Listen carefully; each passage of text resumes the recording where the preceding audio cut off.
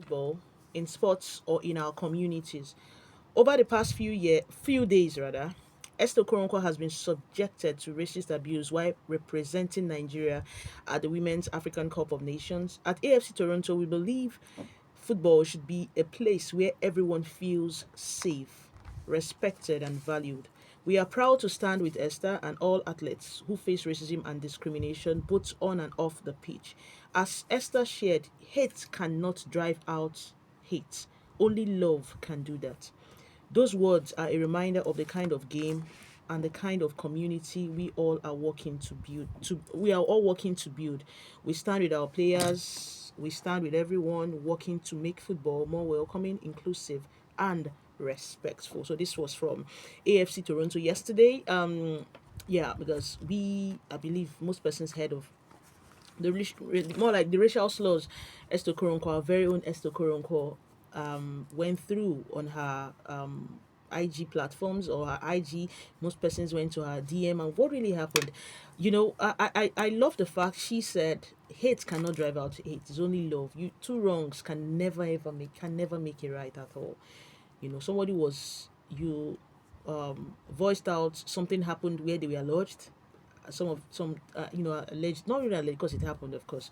The monies were missing from their rooms after they left the room to for housekeepers to come and clean, and they voiced out their frustrations and all that. Of course, they would voice it out on their platforms and all. And what some Moroccans, some people, some persons even had to create. I believe most of them created more like undisclosed accounts, anonymous accounts to send monkeys, and I don't really understand how a human being actually turned out to become monkey. Somebody said something happened to the person, and instead of you to, okay, fine, let us see how best you can address, because we are hosting a particular tournament. Most of faceless humans or inhuman, because this, I believe those persons, if you are a human, you should have conscience, right? You decided to resort to using calling her names and stuff like that, being racist towards someone that was offended that something of hers was missing from your own hotel. It doesn't make sense. It doesn't make sense. And thankfully, because it's been 12 days, the build up to this WAFCON, we had a very, very good time, because the ladies had 12 days of intense training, bonding, team bonding, team spirit in the camp. They had to camp in Casablanca for a while before proceeding to Rabat, where WAFCON officially started up on the 26th. Now, it's a good one that we had 12 days to stay together. As the players had 12 days to stay together, to bond, to understand what the coach, Justin Madigu, wants from them, the coaching staff, their fellow players. It's been a while. The last WAFCON, I don't think they had over 12 days before WAFCON to like team bonding. They even played the game against Tanzania and won that game by 2 goals to 1. Like, they never had that opportunity to have that team bonding, team spirit. And towards the end part of everything, we had the issue of the theft and all that. I don't think that should, take away our focus from what is on ground. Like she said, hate cannot take away hate. It is love. So, and I love the fact that these ladies, their mentality is top notch. They did not go about, trying to look for self pity and all that. What has happened has happened. Their focus is on the pitch. There's a part she said, "See you on the pitch." It is a pitch. What brought us to Morocco? It's the WAFCON. We want to win it for the 11th time. We want to be one of the countries that has won the most, like, in the world, because Africa, we've dominated Africa. We want to be amongst the likes of Brazil women, for in their Copa America for women, or the likes of United States women's national team in the CONCACAF. They've conquered that a lot of times. Uruguay in the Copa America, they've won it 16 times.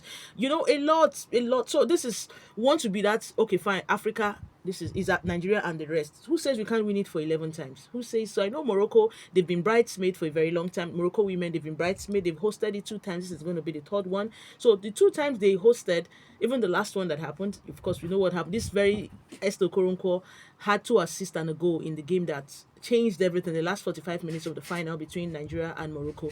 Morocco, they were leading that game by 2 goals to 1, and in the first half, second half, it was an all Nigeria affair. We don't say, never say never until the final whistle is blown. And Esther Korongo, with 2 beautiful assists and a goal from the spot kick, ensured that Nigeria ended the WAFCON 2024 as winners, mission X accomplished. So I totally understand, like, this is something we want to win for the 11th time. Unfortunately, Morocco will also want to win it, but then again, it's may the better team win. That's it. So we started up, the competition started up on on Sunday.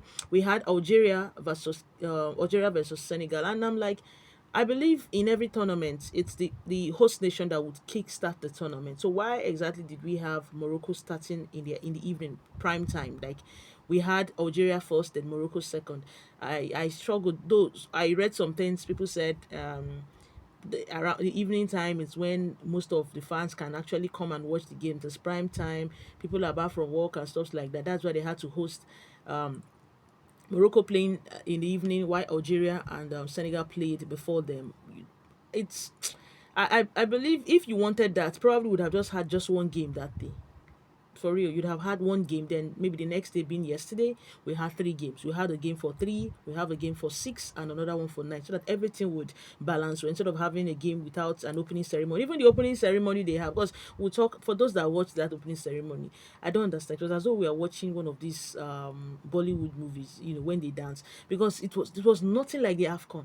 It was nothing like the men's AFCON. It was. Does it mean this WAFCON was an afterthought? This was a tournament that was supposed to be hosted or held in March, but 12 days to kick off, they had to postpone it till after the World Cup. World Cup ended, and 5 days after the World Cup ended, 5 6 days after World Cup, we started up the WAFCON, and it's looking as though they were not even prepared. Yesterday, I watched the South Africa Tanzania game. The pitches were beautiful, but we didn't have anybody.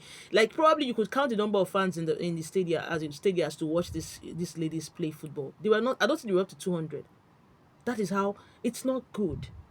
I believe countries would have their most of just like we have South Africa. We have 16 countries from Africa in Morocco now playing the WAFCON, and the fans are not turning up. What is the problem? What's the problem? It's to me, it's not a good one. It's not a good one. Like, come on, this is just like we have Copa America. You see, when they play Copa America, be it for the females or the males, the encouragement, the fans come in their drones to come and support their team. But here in Africa, it's as though I don't understand. I really don't understand. I don't understand. But then again, it doesn't stop us from watching the games. For as many, I really want to say kudos to most of my colleagues that are in Morocco, that are applying the same profession, that has gone there to cheer up the ladies, to cheer up the girls. It's not an easy feat, to be honest. It's not an easy feat.